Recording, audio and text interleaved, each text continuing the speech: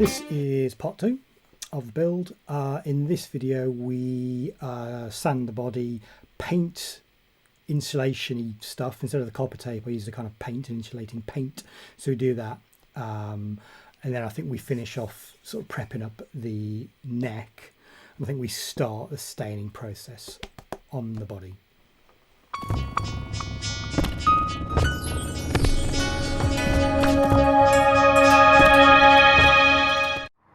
Okay, I'm going to start working on the body.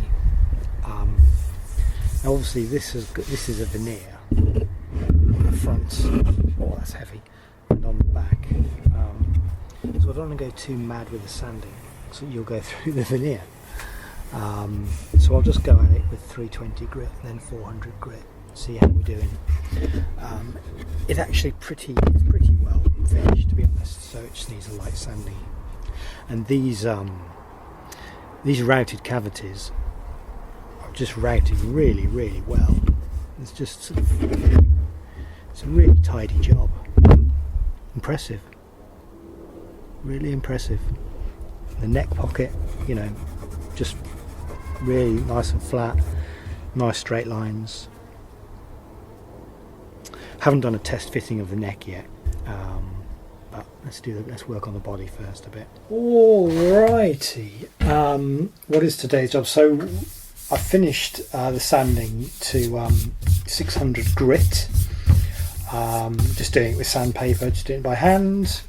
This morning's job is to I've got this liquid wire conductive paint. So basically a paint version of copper tape. I don't know how good this is, how effective it'll be, but that seemed maybe an easier option than messing with lots of copper tape.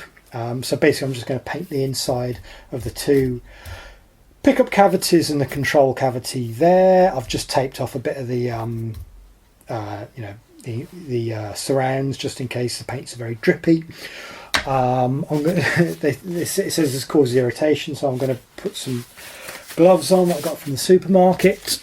Yeah, so I might put some eye protection on as well, because you know, you can never be too careful. There we go. So let's see how this goes. I've no idea what colour it is. It looks kind of blue black, but yeah, let's have a go with the conductive paint. Well, that was fairly straightforward. Oh, let's get the shadow out of the way. So as you can tell now, I have pitch black cavities. Kind of glad I put the old tape down there. It is a bit, you can get a bit slapdash with the brush. So I'll leave that to dry while I watch Line of Duty, and then maybe do one more coat and then call it good. They don't say how many coats it needs, but I mean 50 mils. I've got loads, so I'll maybe leave that to dry, one more coat, and then call that job done. So these are my test stains. So in the kit you get a spare piece of the veneer. I'll just stick down some old scrap wood, cut it in half. So on the left you've got linseed oil, board linseed oil, and on the right we've got Crimson custom guitar oil. And I bought them outside. These look pretty similar to me.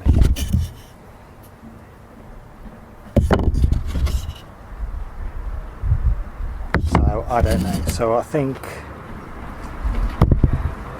obviously the Crimson is more expensive than just good old board linseed oil. So I think I'll do the neck and the headstock Crimson, and I'll just do the body with the board linseed oil. That's what I'm thinking. So that's just coat number 1 of the Crimson on the back of the guitar neck there, and even after one coat, you know, you start to see how that's going to look really nice. So there we go. That's what I'm using. Guitar finishing oil. And I mean, you know, you can really go 3, 4, 5, 6, 7 coats of this stuff. Really sort of take your time.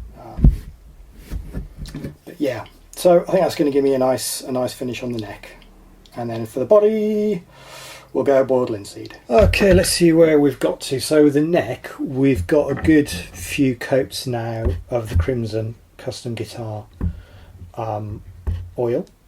So that's looking really nice. And you can see, you can see here, obviously that's going to be within the body. And then I've roughly marked up, as you can just slightly see the pencil line there where the body meets the neck. So obviously I've just, this bit obviously needs to be finished, but not this bit. And then the same, with the sides there.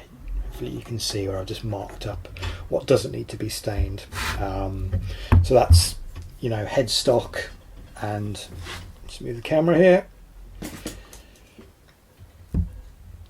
That's looking really nice, really nice, really nice. You see now I've just got the ebony fretboard taped off. I can probably, it's quite quick to apply these, and I just use kitchen towel to apply the Crimson guitar oil. You could probably use a cloth, and I think even Ben Crow from Crimson Custom Guitars uses 60 or 80 grit paper, so you get a bit of a grain fill effect with that as well. But I like the kitchen roll. It works fairly well. I do this in a ventilated room. The window's open, and I wear gloves. That's what we're looking at. That's what we're looking at.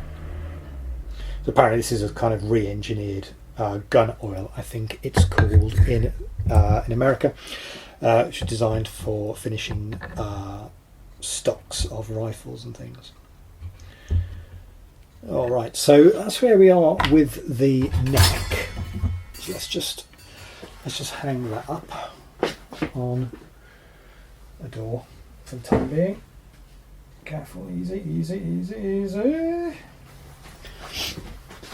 So we've got a little staining platform, which I just basically a bit of MDF I just raised up with these wooden pegs, so the body will just sit. So that means when I stain the back of this, when you can transfer of the stain to the work surface. That was going to be a shelf one day, but it kind of never happened. Anyway, it's time to do the body with some linseed. So what we need for that is just an old bit of rag. So I buy sheets from charity shops, or thrift shops as you call them in the States. Old sheets, cut them up, and you got acres and acres of material for doing staining. The pickup is still in there, but I've just taped over that. I don't need to worry about not staining these bits covered by the tape, because they'll be covered by the pick guard. I'll just move that a little bit.